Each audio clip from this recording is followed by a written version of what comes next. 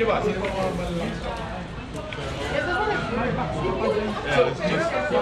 the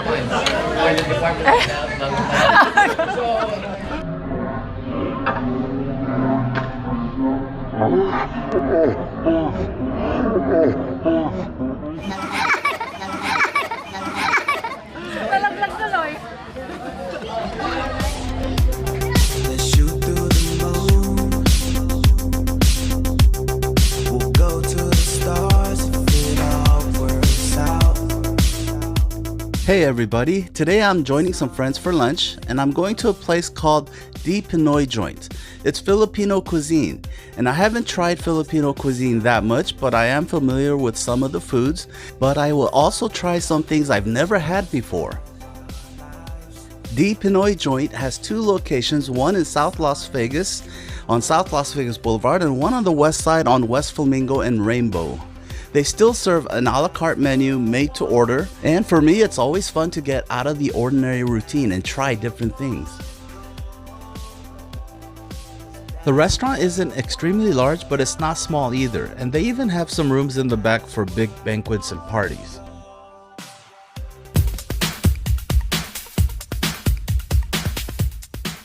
They also have the Kamayan feast option available here. Kamayan in Tagalog means by hand or with the hands. It's a feast that's laid out on banana leaves and people eat with their hands. It's usually for a large group of people. They have a smaller package that feeds about 4 to 5 people. It's about $70. And then the larger one that feeds about 8 to 10 people for $135. And they have a list of items that you can choose from depending on the package that you pick. But we decided to go a la carte. This is the fresh lumpia or lumpia sariwa. You might have had the little egg rolls at Filipino restaurants that are known as lumpia or lumpiang Shanghai. This is the fresher version with a peanutty sauce over it, and it's filled with vegetables. The food came out pretty fast and I was all over the place with my camera, so just take in the visuals here. I'll show you what they got. You should try this too. This is I will. They mix coconut and this is mild, right? I didn't order very Ano spicy. siya ng Mild. Mild lang. Oh, there's your Bob. That's your favorite. Right there. Fresh lumpia. That's my favorite for It's like a crepe. snack. Go ahead and have It's like a some. crepe, Jeremy. Everybody can have some.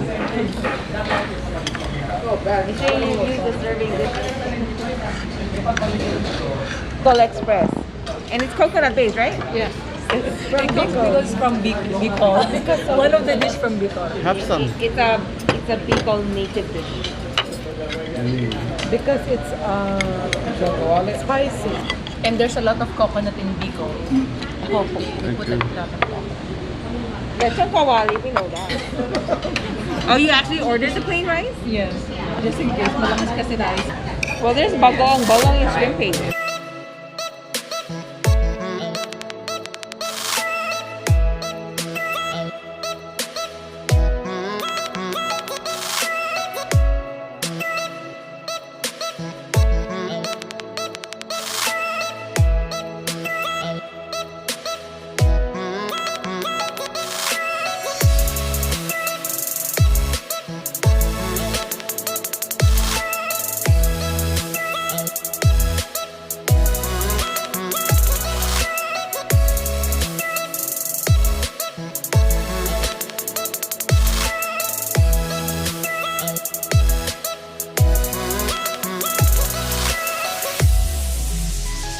The pork sisig here is one of my favorite dishes. I love how they present it with a raw egg over the top and you mix it all together.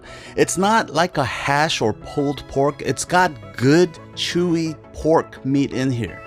And then the palabok is the pancit clear noodles with a shrimp sauce. It has shrimp and pork, and this thing just looked really attractive when I was looking at the pictures on Yelp. The shrimp sauce was pretty mild. It wasn't overpowering. It was actually very pleasant.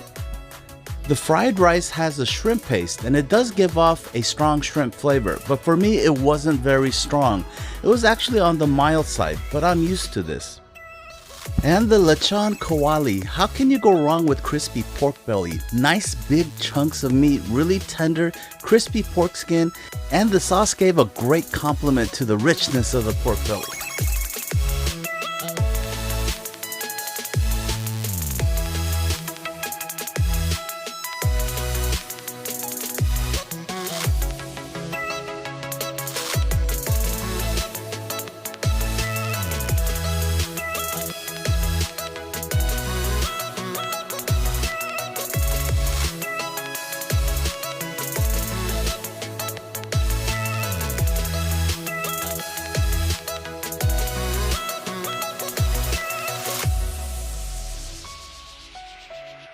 Everything we ordered here was excellent.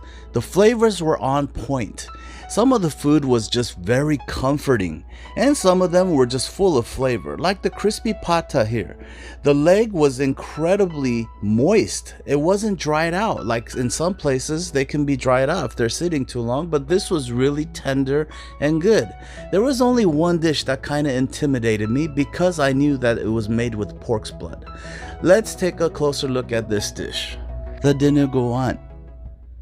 Dinuguan is a Filipino savory stew usually of pork offal, typically lungs, kidneys, intestines, ears, heart and snout, and or meat simmered in a rich, spicy dark gravy of pig blood, coconut milk, onion, pepper, bay leaves, garlic, chili and vinegar.